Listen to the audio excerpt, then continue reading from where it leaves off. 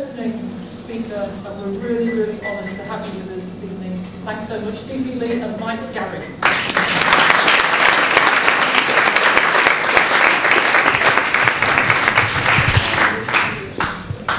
Delighted to have been asked here this evening to talk to, rather than interview. I want to talk to a poet, a performance poet by the name of Mike Garry. Just a couple of quick words about the trajectory which I assume when approaching poets is that when I was a little kid, poetry was a big thing, and it tended to be up there in the celestial heights, and you were taught that it wasn't for the likes of you. And then in the 1960s, and I discovered the Liverpool poets, and I discovered the beat poets, and I learnt that poetry in fact was for everybody. And then throughout the following decades, there unfolded a beautiful swinging cacophony of voices united in a kind of celestial harmony that impelled you towards enlightenment. And we have a guy like this with us this evening. I was going to tell Mike that I've written a poem, but I'm not going to. I might tell him afterwards when there's nobody here. I'm going to leave it to Mike now as I ask him questions to kind of unfold his biography, because it's very boring if I say he was and did that. So without more ado, Mancunian performance poet Mike Garry.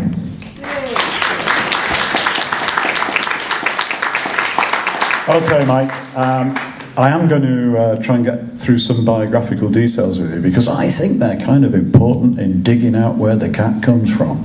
So, you are a Mancunian. Whereabouts were you born in Manchester? So, both my parents were Irish immigrants. They arrived in Manchester and moved to Ardwick. And my granddad had a pub on Red Hill Street, which is in the heart of the trendy Northern Quarter.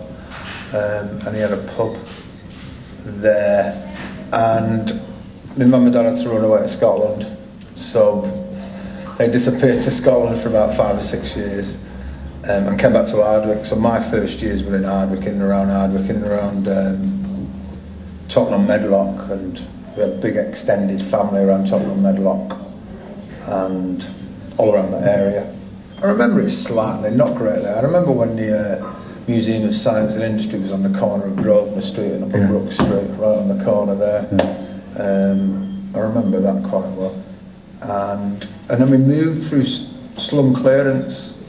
I remember my mum telling me a story about going to buy this house around. They wanted to buy an house, and it was 500 quid. So they went up to the door and knocked on the door with 500 quid and said, "Can we buy your house?"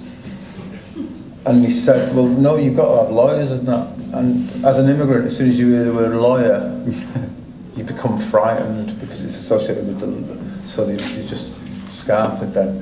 But they rented a place in Shakespeare Street, and round the corner from where Elizabeth Gaskell lived for many years, and where Inley and Brady used to hang out, and took kids from around where we were brought up actually. Then we moved through slum clearance to Fallowfield, and we had a garden, a toilet inside, and 3 bedrooms and stuff. So for the majority of my youth, it was around Fallowfield, Moss Side, Rusholme, Hume, because my ma worked in Hume as well. And Hume's a wonderful, wonderful, horrible, beautiful place at the time. So that's where most of my youth and my growing up and my love for poetry developed. That leads me into another thing which I think is interesting in relation to how people develop. School. So tell us more, Mike. Worst education man could ever believe existed. I remember the most violent schooling. I'm sure many of you do it as well, which is totally ignored now. I think the level of education was so low. I remember in the equivalent of what would be now year 11, an exam, going into an English exam, and the exam was a Robert Frost poem was written on the board, and the exam was write it out, and you need its handwriting. And he was an interesting guy, Mr. Brew. If you didn't want to do anything, you just go, tell us about the Navy, Mr. Brew. I says, oh, the Navy. Oh, yeah. And you just sack a lesson, basically. Horrible, violent. Teachers were violent, kids were violent. Other schools were violent, fight them all the time. But I loved it. I loved it. But the level of education wasn't very good. Hanging out with your mates and having a laugh with your mates and playing football and doing all those things with your mates. I do remember, I was going to tell Alfie before, I do remember being in school, for me, it's not for everyone, but I do remember being in school and thinking, it's not going to get any better than this. It's not going to get any better than this. I do remember thinking that, and it hasn't. It really hasn't. And yet, Mike, you've got a poem. Was this Miss McComb? Is this a poem I'm thinking of? Which to me is this incredible paean to a shining light that elevates you from out of that mess of trouble and strife and grey misery is how I kind of remember bits of Mancunian school. But I don't want to go the Morrissey route. I actually had a fairly good time at school because I was teacher's pet. But Miss McComb, was this a real character? Yeah, real person, real woman. That's her actual name. She was just good because we treat kids like shit, really. We still do, but we just put them in nice clothes and think it's all right. But we ignore them and we give them money because we haven't got the time to do stuff with them, and we just try and get rid of them. And they're pretty insignificant to people's lives. And that was pretty much the same as growing up in 1973 in black and white Moss Side, you know what I mean? I felt like that very much, and I think a lot of people did. And this woman was a guiding light, was an inspiration. And the poem came about because I had to do a talk at the MMU's new education building in Hume, cracking building, cracking space, bringing in new elements of Hume as well.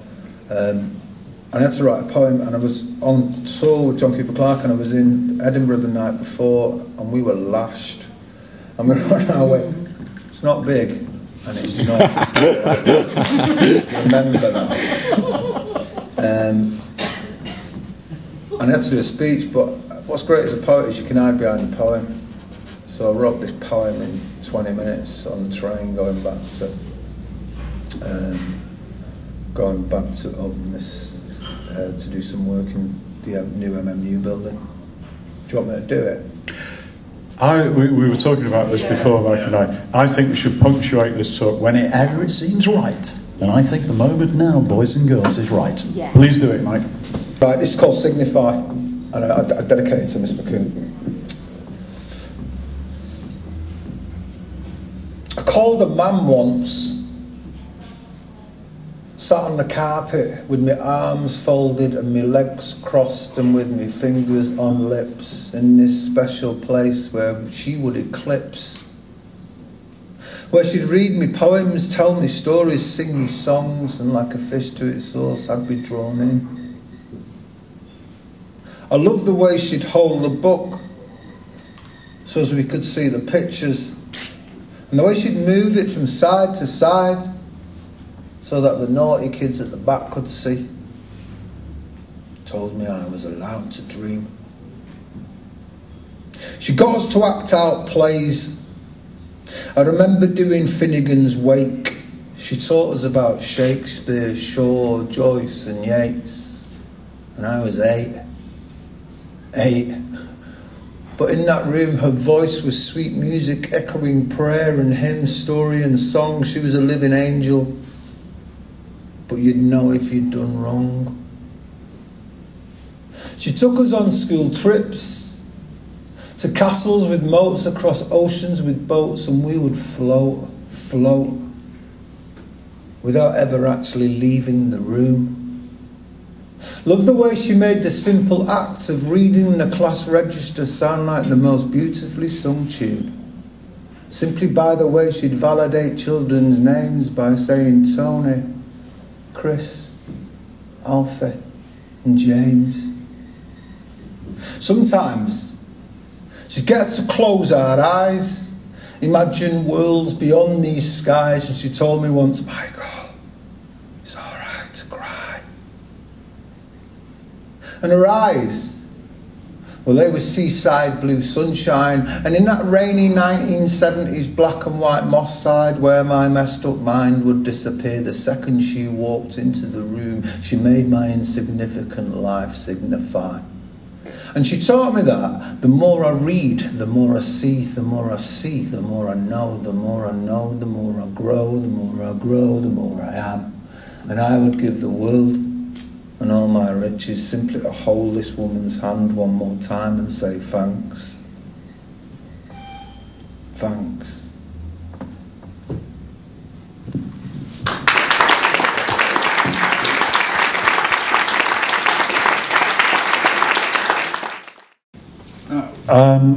Was Miss Mancunian primary school? Primary, yeah. Yeah. So where did secondary school hit you?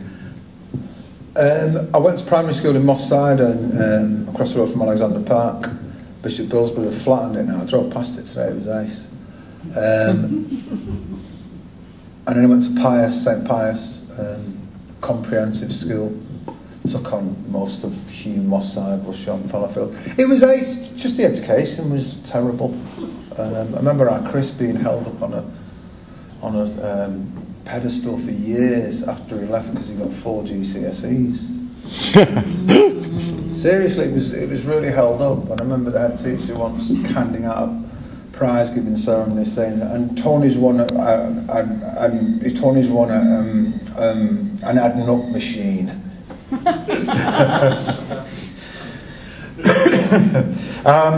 Okay, because I know for a fact, and I find this great because you're in competition with somebody who's in here this evening, known as the world's coolest librarian. Right. I'm not cool. It's somebody who's going to be appearing with us tomorrow. Richard Boone is here this evening. 10 times cooler than me, Richard Boone. Richard's walked the walk, but that's by the by. That was a little bit of poetry there for you, gratis. But okay, how the fuck did you become a librarian? I've never had a job in my life. I never really wanted to work, to be honest. So I avoided work as much as I possibly could. And then my children started coming along. So my youngest daughter was born. I got a job, my first proper job, which wasn't involving digging roads or working on building sites or doing weird stuff like that. But I got my first proper job, cards in, as you say, at the library down the road there, 2 weeks before Maria was born, my eldest was born. And it was horrible. And I remember going to a personnel girl, Teresa, she was ace, and I went, I just remember people like 40 odd-year-old librarian women. I remember one day someone doing that to me, and it just freaked me out. The only person who did that to me was a football manager calling me off, telling me I was being subbed. But I was getting the curly finger off people, so I went up to see Maura and said, Maura, get me out. Get me out. She goes, there's a degree you can do librarianship. I said, no way. And she goes, yeah, there's a degree. I said, what to do? So she sent me down and spoke to an old geezer called Keith Lund, who was a smoked, non-stop chain smoke. If you didn't have one in one and they'd have it in the other. What sold it to me was the day off. The day off and time I study, and the fact that they pay for it as well. So I went down and did the degree. Best thing I ever did. Best thing I ever did. It's pretty difficult to understand it, the importance of librarianship and how honourable it is. And it was really difficult for me to get my head around it because I was looking at bibliography and things like that. I thought, what am I doing this for? And then the internet started all of a sudden. And it was at the perfect time when I was studying librarianship, and it was all happening because it was all about bibliography and blah blah blah and geeky stuff. And then Keith Lund said to me one day, he sussed out that I wasn't getting it, and he goes, read this book, and he gave me a book called Penny Rate by Thomas Kelly, and it just clinched it. It clinched it like literature does. Sometimes you need something outside yourself to bring you to, and made me realise what an honourable and brilliant profession it is, and how it never would have existed with Thatcher or Thatcher government. Should have washed it all away, as Cameron is attempting to at the moment. But yeah, I worked in libraries. It was ace. It was absolutely ace. I loved it. Worked in Central Library for a bit. And then I started setting up homework centres for young people, because I love working with young people, a lot more interesting than adults. And I started setting up homework centres for young people in libraries, and it got really successful. And then the Premier League sussed out what we were doing, came down and had a look at what we were doing, City came down and had a look, and then he started putting them in football clubs on the same template. And my job started getting management in, and I was taken away from working with young people, and at the time my poems were sort of like...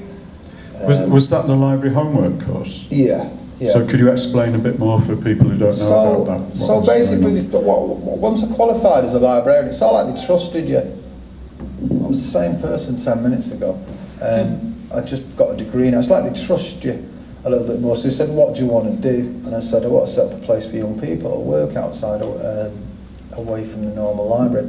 So he said, all right, let's get some money. So we got some money and we did it, and it was really successful. And then another one, and then another one, and basically it became 7 all around Manchester. And then the Football League got involved and started doing theirs, and City got theirs, and now every Premier League club in the country's got one, basically.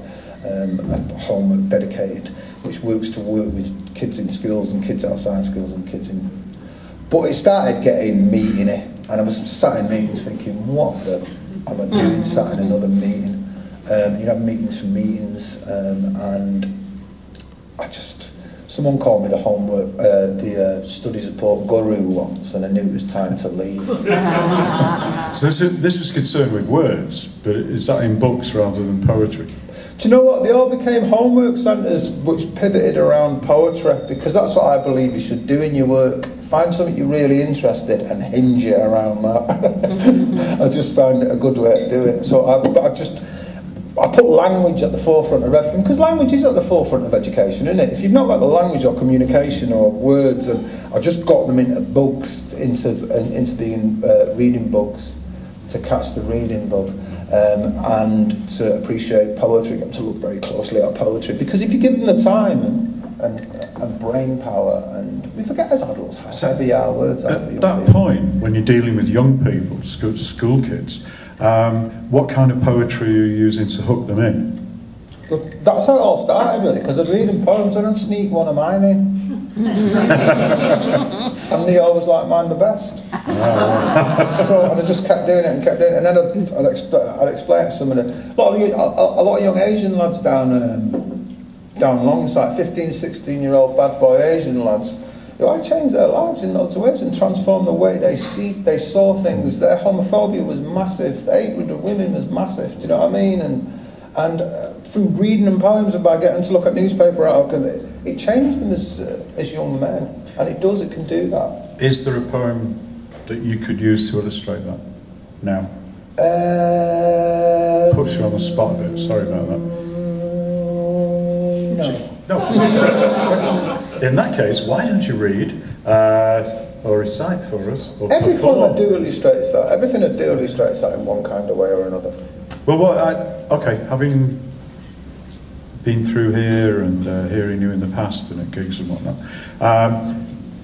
I like northerners. People here who know me will know that I'm a kind of champion of northerners. And could you possibly do? Northern, like whippets, like flat caps, like roll-ups, I'm best bitter.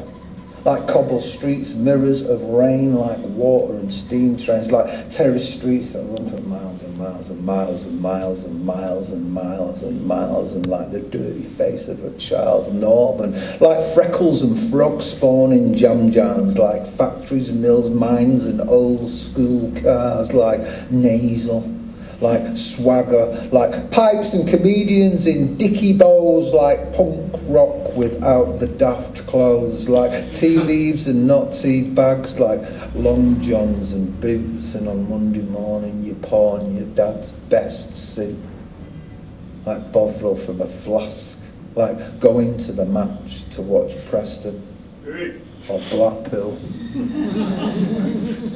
Northern. Stay there, don't clap. Stay there, don't clap. I'll read you a few kennings, which is Anglo-Saxon Norse, like little metaphors, which describes someone or something. It's a bit of an riddle. and I'm talking about the places, after talking about the places, I've just been talking about, hey, this is appropriate now. Am I alright holding the mic like this? Can you hear me alright, yeah? No, sorry Tony. Street trawl and night crawl, a silent code on Hyde Road, and soul thieves and cobble streets, and trust betrayed in a shallow grave, and an underground who are never found, and fair rides and Kilbride, and Ashton Market, silent target, night shows, and hammer blows, and Chalton on Medlock, an unholy wedlock, and innocence rape, recorded on tape, and night crawler, street trawl and night crawler, silent code on Hyde Road, and soul thieves, cobble streets, and a trust betrayed in a shallow grave, and an underground who are never found, and fair ride and Kilbride, and Ashton Market, silent target, night shows, and hammer blows, and Chalton on Medlock, and unholy wedlock, innocence rape, recorded on tape. Any ideas? Any ideas that I'm referring to, anyone? The Moore's murders. Good shout.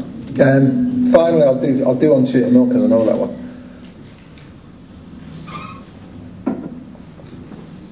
I actually saw this. He shoots the songbirds in his back garden, silences skylarks.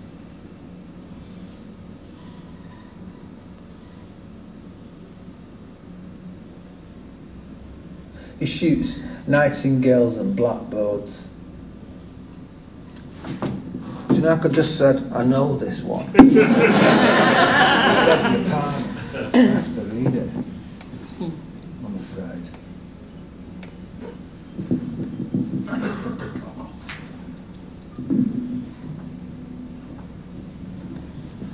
He shoots the songbirds in his back garden, silencing skylarks, putting nightingales on the menu. Rough plucked, gutted and garnished in garlic, he licks his lips, he tightens his tummy tucks, then begins, starting with the head, and a kiss for the beak, then he sucks the brains out, and scorched eyes soon follow like a semicolon, or, you know, like when you get matted mascara. Fork in the breast, he peels a tiny morsel and swallows, all gone, in one. No drumsticks or waif-like wings, put your ear to his tummy and you'll hear him sing faint lullaby goodbyes from the inside. Like a tearful daughter sat in the back of a steamed-up car, asking her dad not to make her do it anymore. Just cheese up.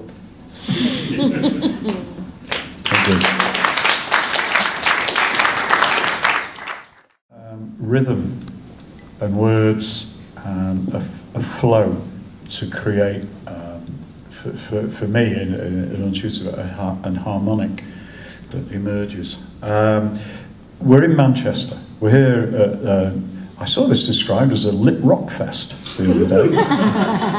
It could have been lit rot fest, but I think it was. Anyway, Manchester, you're a younger man than I. In fact, everybody's a younger man than I here. You're aware of the music scene that's going on around you in Manchester in the 70s and 80s, I presume, yeah? Yeah, of course. You couldn't have been growing up the way we grew up without being aware of the music scene in Manchester. Did you not think, oh, I'll be in a band? Yeah, I did, and I was in a band for a bit. But it was too much pissing about, carrying stuff and having to take other personalities into effect and stuff. So it just bore carrying stuff around just bugged me. It could have been. Do you know what I mean? It's like off to work. Seriously, that was part of it. I couldn't be arsed, and I couldn't be arsed with other people. And as a poet, you're on your own. You don't. My observation of in the 1960s. I go to clubs and see The Who and whatever, Jimi Hendrix. Then there were the folk clubs, and in the folk clubs there were places, John Cooper Clarke was doing the folk clubs in the 1960s. And Mike Harding as a poet, and people were standing up the dialect poets, which is some sort of strange way that I came into stuff. And that seemed to be the only platform and opportunity for solo voice artists, was that if you wanted to do poetry, to communicate through words and the vibrations that emanate from the tonal qualities of poetry. There it was. The same thing kind of happened with punk. In the punk clubs, the audience and the bands or the acts were interchangeable, and there was room for people like Attila the Stockbroker, and John transfigures his renaissance and his reborn in that period. You're coming on slightly behind that. Where I'm intrigued, in the 80s, I know you've got the outreach programs and this, that and the other. Where are you finding an outlet for the words in your head in that period that leads up to Manchester? You hide it. You don't have outlets for it. You can't admit to writing poetry growing up. The way we grew up and the way I grew up and where I grew up and stuff like that. You get bad. You can't admit to being. Imagine it. All right, lads. Poem. Les Dawson had the same problem, because he was he wanted to be a poet, and he kept it very well hidden. But for the same reasons that he used to say, if you came out with it, you get battered. It's in Hardwick. Any form of it. I work with young people who want such books, they've got to get them off. Yeah. Things like that, as if they're touching things. I think it's even worse now, but there was no outlet. The outlet was in the book that was being written in. I never even read them aloud, to be honest. It was just things that I wrote down. So you didn't actually think, oh, I can go and perform these anywhere, other than in the library programmes? No, there was no... Oh, during that time? Oh, yeah, I thought you were talking about earlier. Well, no, later on. During that time when I was working with the library kids, that was the outlet, reading it to them. Yeah. And also, my kids were pretty young then, you know what I mean? My eldest was probably about 4, and my youngest was probably about 2. And I'd read my poems to them at night to get them to sleep and just have the rhythm in my head and to play around with it. But you never see it as anything. I still don't. You never see it as anything that you can make a living at. Make a living at. Which is, well, that would be a terrible question, so I'm not going to ask it. So let me try and chronologically place this. So we're in the 70s, we're in the 80s now, and where are you being drawn to in the 80s? What's happening? So I'm leaving school in 81 and got to university down south, realising it's full of failed public school kids who were bordering on mentally ill. Not that there's anything wrong with that, that was probably the most attractive thing about them. So I went to a uni down south, ate it after 5 minutes, came back to Manchester, worked on building sites with the pure aim to get money together to travel. I spent a lot of years working, travelling, mainly working on building sites, doing the daft and easiest student job. I'd be the wimp any time of day. I'd make the brews day and night. I'd go for sandwiches any time you want. And then health and safety kicked in, so I became the safety officer,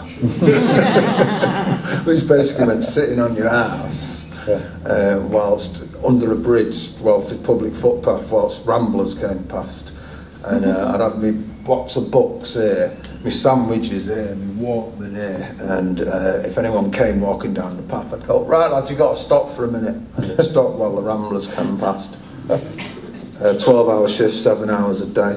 I don't think I've ever been richer. Reading, idyllic. Reading every day, and your flask and your brews and your little smoke there, and be brilliant, great job. So let's jump from that. There you go. That's early 80s, yeah. Yeah. Later on, then, Hacienda time. Went to Hacienda really early on, when it was like a youth club more than anything else. I'm playing ticket there. Ticket was a regular game on there. Used to play it a lot because it was totally empty. And then when all the acid and that came in, I wasn't interested. I couldn't be asked. I thought it was boring. I thought it was full of people who were pretending to be artists and stuff. They were, but what they had was a lot more confidence than what I had. So when you've not got the confidence and you see people doing things that really secretly deep down inside you'd really like to do, but you're not from a world that gives you the confidence to do that, or belief you can do that. You hate him. So I hated a lot of the Hacienda, to be honest. I didn't like the hugging of each other. I didn't like ecstasy as a drug. I didn't think it was a very nice drug. Did you go anywhere else? Were you part of any other scene? Yeah, my brother ran clubs in Manchester, and so in most cases we'd go wherever our kid was running. He ran places like the Venue, and he turned Richfields around from being a really shitty pants and shoes club. Pants and shoes, what a great expression. Pants and shoes club to being a really good indie club, and he was playing ABBA and filling the dance floors with ABBA tunes and mixing it with all sorts of stuff before I'd ever heard it done before. So we went to places like that, and then I started having kids. So the club scene wasn't something that interested me a great deal. Dance no. But because it seems to me that an essential part of your energy, or current energy and vibration, comes from I'm using big words, symbiotic link to that energy that was emerging as part of the Manchester scene. I know that it's quite a long time ago now, and you've moved with that as well, moved along. I moved along, but I wasn't doing anything around that scene. I've got nothing to do with that scene whatsoever. I was just there while that scene was going on. I wasn't an artist while that scene was happening. I wasn't practicing my art professionally or doing anything with it professionally while it was going on. It was just going on. I didn't particularly like it, to be honest. I admired it. A good point to say. When did you emerge as a poet? So I left libraries and I started winning poetry slams. And then I went over to America and did some stuff in America in poetry venues in New York, and came back, and I was just quite full of confidence then, and decided to stop working in libraries. And well, you would be if you'd done well in America. Start doing stuff. Yeah. What took you over there? Did you think a psychic? A psychic. My mum was pretty into spiritualism, and I'd drop her off at spiritualist stuff and psychics and things like that, and I dropped her at this one, and she goes, "Right, your turn." I said, "Well," she goes, "Your turn, I've paid for you, go on, you've got to go in." So I'm like, "What?" So I sat down with her, and she just held me hand straight away and she said, "Oh, you're a writer." Oh, I feel like I'm God-bothering now. She goes, "Immediately, you're a writer," and then she proceeds to describe my house where I lived, and just anyway, and she goes, "You'll do now to go to America." So I went to America, and so where were the slams? Was it just cities, names? All around New York, New Eureka Poets Cafe, and the Bowery, and the Village, and stuff, and it was all very interesting. I was a boy, you know what I mean? I was young, I didn't know what I was doing. I was just, you just follow your nose, don't you? Be adventurous. Yeah. But it's great that there was a scene going there, which I can't think of a comparable scene. I mean, people will correct me, and there must have been.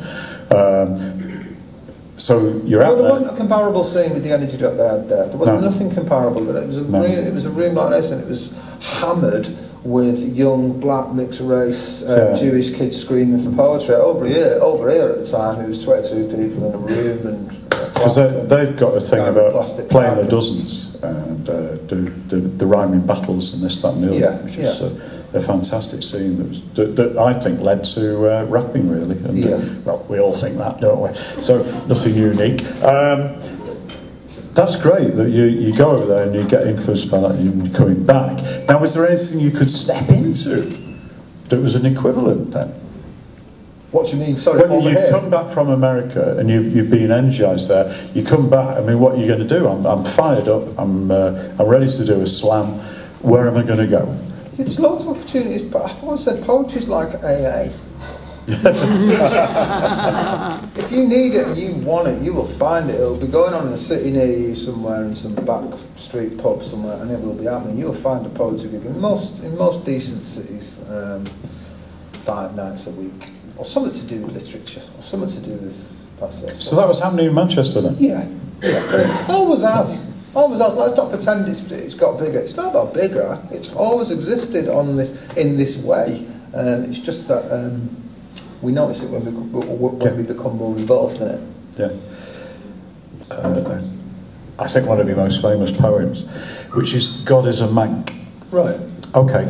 Where's it coming from? God is a Manc was a commission by the BBC. They commissioned it to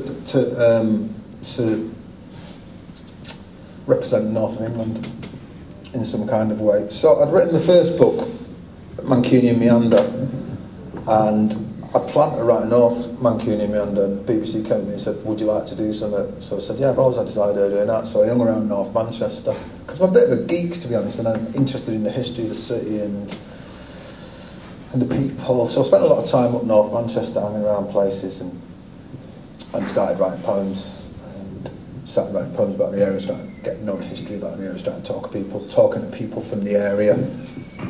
I'd always liked it. I'd always liked North Manchester. It was a different world.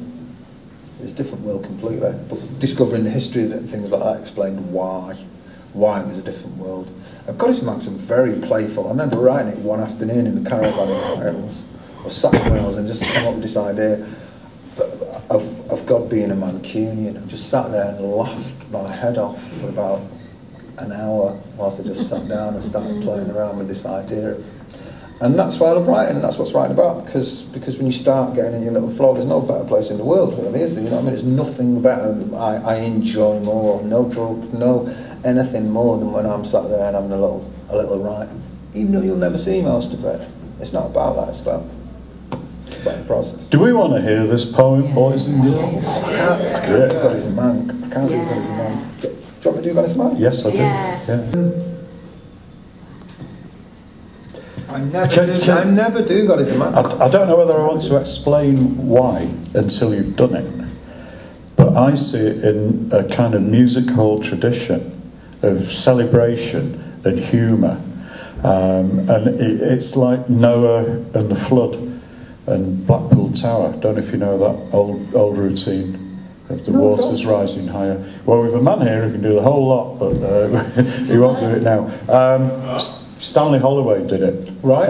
And it's like, it's in dialect, and it's like, and the water's getting higher and up on tower, and God said, "Ooh," and he said, "It's 3 penneth a foot," and but I see this Goddess of Manx, as you're saying, about areas you love and you recognise, and I think there's a wonderful humour in it, and a wonderful vibrancy. Yeah. And that's why I want to hear it, Mike. If you could possibly bring yourself to do it. No props. No props. At the dawn of time, and before this all began, before the stars, the planets, before the bee of the bang, before moisture, ether, bone and tooth, before Jesus, Mary, Joseph, the truth, before creation, civilization, and before louder than words even began, God was putting his final touches to his master plan. But scratching his head and drawing all he could muster, he contemplated the enormous task of building Manchester. Location, industry, people, it's humans. He was forming the pathways, he was paving the futures, concluding that Manchester would be the most awesome of tasks. He rested for a week and saved the best to last. But his blood, sweat and tears gave him the idea to tell you what, I'll keep that city moist for the majority of the year. Australia, America, New Zealand, Finland. No, he decided the most appropriate place was in the heart of the northwest of England. 30 miles from any ocean, foot of the Pennines, location sussed. 9:15.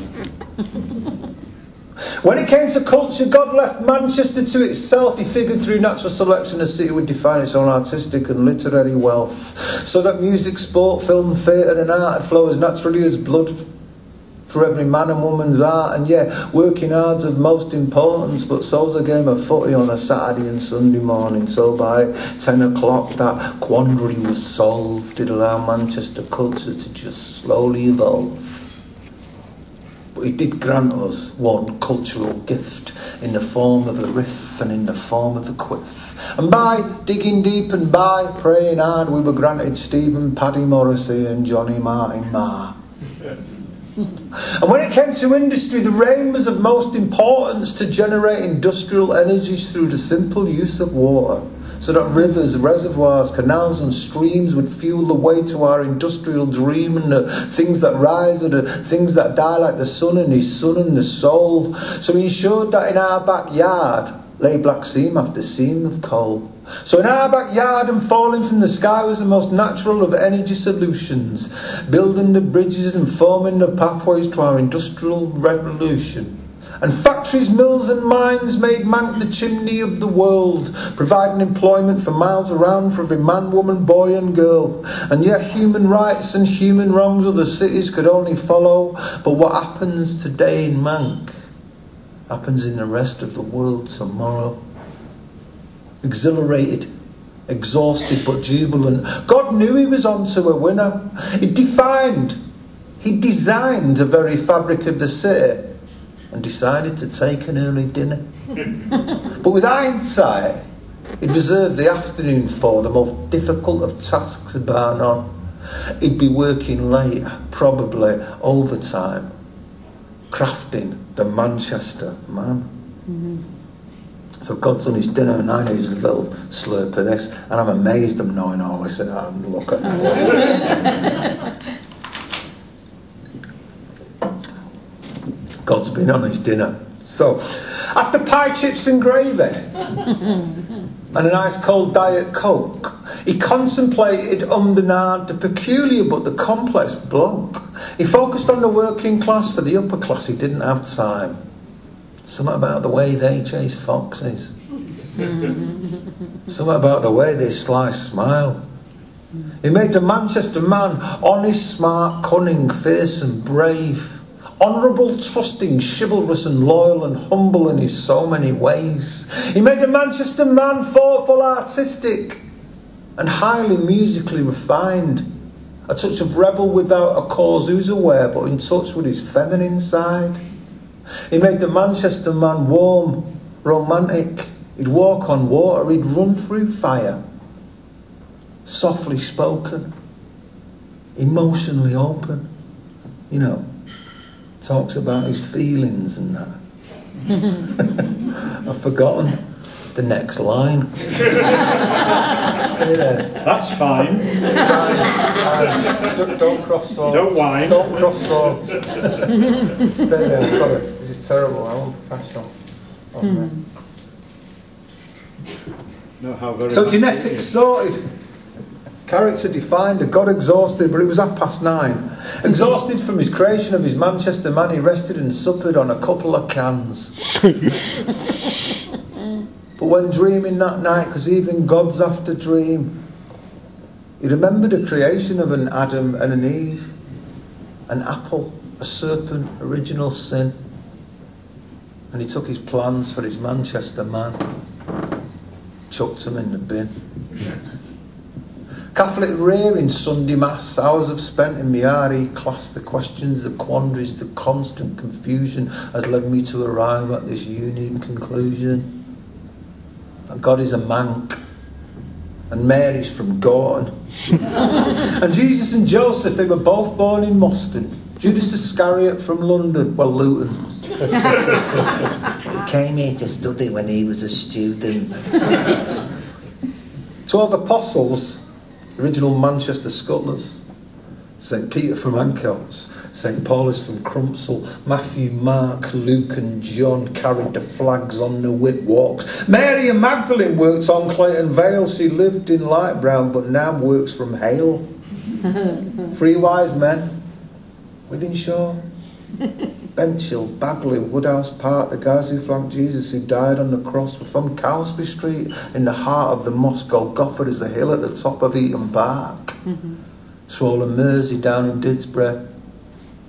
So I know Lawrence Yark. See, the Bible is the most wonderful read, but it's not a book everyone chooses to believe. But when I read through the lines, my theological conclusion is that God, the creator of heaven, earth and the stars, he had to be a Mancunian. Cheers.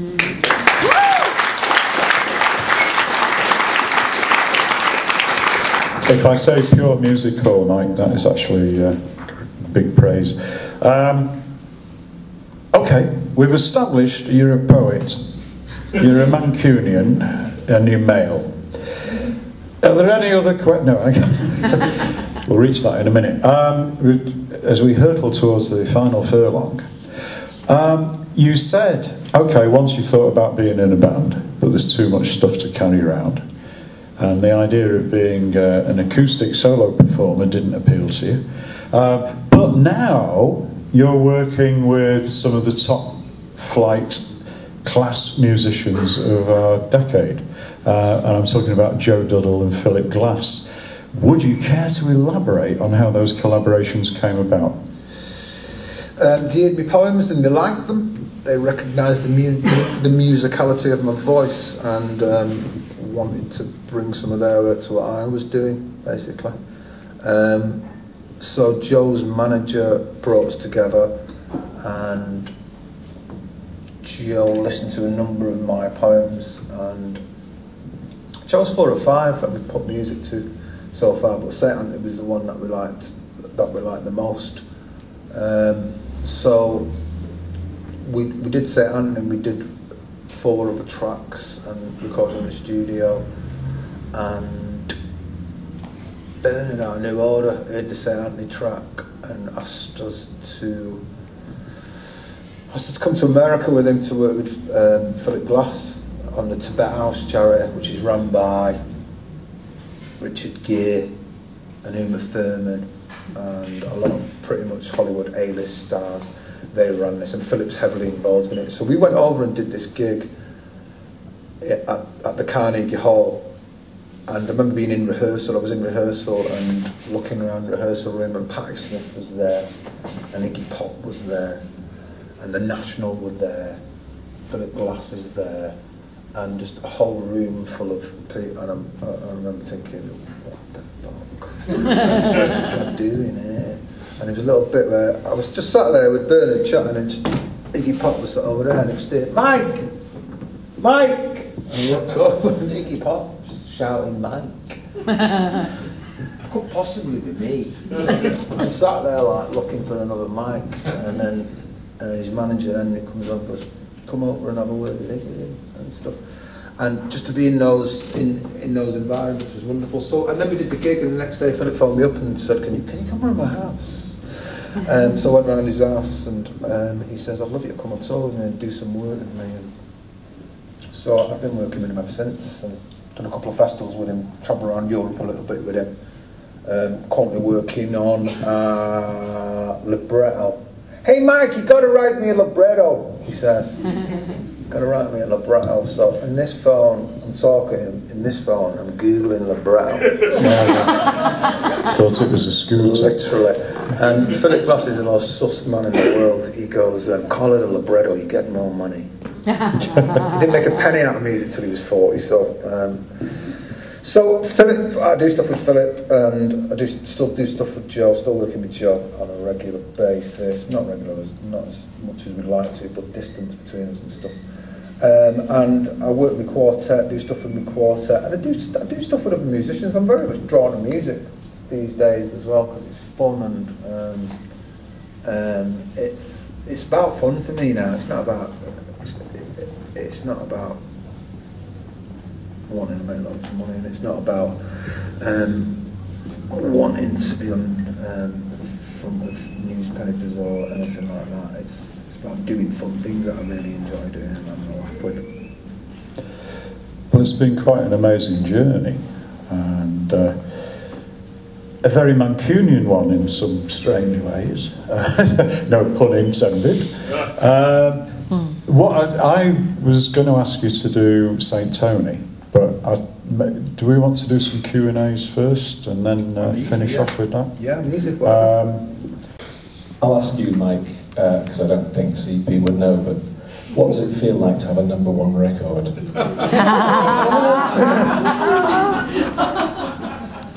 Irony, eh? It's funny. I remember that the week it went to #1, I was in Scotland at a different festival. I remember getting home, and the whole week of the well, it was #1. I remember going to bed one night at about 10 to 9. I remember laying in bed, and I just tweeted in bed at 10 to 9, #1 in the charts. And I think it's the biggest retweet I've ever had in my life. I'm supposed to be dead joyous and stuff like that. Well, in some ways I am, but in other ways, it's life. It's just happens. It's a natural process. I'd like to think it's great. It's wonderful. It's a massive honour. But try not to think about it too much. Get on with it. Get on with it. It's like Fergie used to do. You'd win your game, you'd get on with your next game. Just keep expressing yourself. So yeah, it was great to have #1, but other things to do, aren't there? Isn't there? There's other things to do. How true. Hi Mike, you were obviously brought up as a Catholic in the city of Manchester as I was, and I think some of that Catholicism still permeates your poems, like God is a Man, Psalms for the Dead, Saint Anthony. What sort of relationship do you have with that religion now? Is it like a love-hate relationship? Is it, how do you sort of either shake it off or embrace it? We're not getting on at the moment too well. We've had a few Barneys recently, but yeah, I'm a Catholic. I practice, I go to church, I go to mass and stuff. It's a great poem. It's a cracking poem.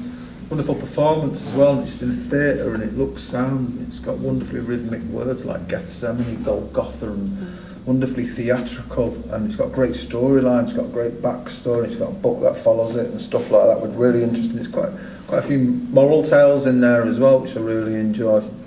And also, I strongly believe in that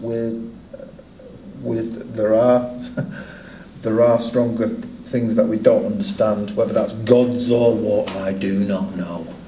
But I do know there's bigger things than us going down. Whether that's a god or whatever. So I still go to mass. I like mass. I enjoy it. I really enjoy it. I like the singing. I like the poems. I like the security that it brings me, which is probably really wanky of me thing to say, but I do like that element of it. I like the companionship, the friendships, and I really like Father Ted. So yeah, religion's important, and it's throughout my stuff. If you look carefully, there's a God in there in one way or another, and I'm not conscious of it, to be honest. And I go, right now I'm going to write about God. It just happens to be there along the way. So my religion's quite important. It shaped me. It shaped me as to what I am, and still does in lots of ways. So religion's important. I'll say now. I think we have to conclude now. I would love it if you could do Saint Anthony for us. Sound wonderful. Right. It's really weird being sat down and reading poems. It's something I never ever did. And no, because then I've got to hold my mic, because I've not got a mic stand. I've got a mic stand anyway. You're on your own. Are you going for a mic stand? Is the one back there? I don't like holding mics. I'm really conscious of holding a mic. I'm a shy boy, really. No, there isn't. And it's good to hide the... No, right, let's go for this. Say Anthony, please come round, because something is lost that cannot be found. Talk to me of Albion, of Anderton and of Art, of the Arndale, Alan Turing, Acid House, Alexander Park, of Bev the Buzzcocks, Bouncing Bombs and the Beautiful Busby Babes, of Curtis, Cancer, Christie's, Catholicism, Crack and Kurt Cobain. Talk to me of all these things, and there's one thing that's for certain, that I'll see the face and I'll hear the voice of Anthony H. Wilson. Dance design, development of a dirty northern city, and De La Salle and dignity, oh in the end you hated all the pity. And Elvis Engels and ecstasy and a girl called Emmeline, and the hours that I spent watching you on my black and white TV. From So It Goes to Sunday Roast and Shannon and Dane Extreme, I saw you with elephants hosing down some dwarves on 70s TV. And factory fame, financial muck-ups, poetic form and the fall. 4th of June 1976 at the Lesser Free Trade Hall. Oh talk to me of Gretton, God and Granada, and of Hooky and of Hannah, and how the fighting just got harder. Of Hamlet, Ibsen, the IRA, Jesus, Mary and Keith Joseph, of Joy Division and Judaism, of the importance of the moment, of Liam London, Lust for Life, of Louis Louis and Aeneas Banks, of Manchester music, marijuana, Majesty and Karl Marx, of nightclubs, new bands, the wardrobe and island and orchestral manoeuvres in the dark. Tropical late night intellectual chats just like the other side of midnight after dark. Come and talk to me of all these things, and there's one thing that's for certain, that I've heard the Salford, Cambridge tones of Anthony H. Wilson. And then talk to me of Peterloo, of Praxis, Police and Pride. And then talk to me of Pontius Pilate, of power, corruption and lies. Of the queens and the queers and the quiet ones, all shy and self-effacing, just like Morrissey, but not Marquis Smith or Sean Ryder when he's been freebasing. Or Johnny Ron, Regeneration Mission and Judy and Vinnie Riley. That stupid yellow circular face down on Simply as a smiley. And righteous, red, rebellious, ridiculous down Rochdale and Regent Road. You see, I wanna hear the sound of the Salford soft boy moan. Tony talk to me half pissed, then talk to me half stoned, and talk to me as a boy when I'm sat inside my Fanafield council home. And then talk to me on the telly, then talk to me on the radio, then talk to me at the opening of some arty-farty show. And talk to me of vision, virgin, victory and violence, but don't leave me sat here in the hidden gem, just listen to the buzz of the silence. And talk to me of Warsaw, drug wars, flats within warehouses, but when it comes to footy, Tony, don't talk to me about the Scousers. And all the x-ray specs, and all the x-ray tests, and all the x-ray therapies, and all the ex-wife chats on XFM, the best youth work I ever dreamed. You're me yin and yang, you're me master plan of an independent norm, and seem to talk to me of your Yonkers Youth Club banter, but Yates, come and talk to me. Wilson, talk to me. Tony, talk to me. Yates, talk to me. Zeitgeist, talk to me. Come on, talk to me. Cheers, thanks a lot.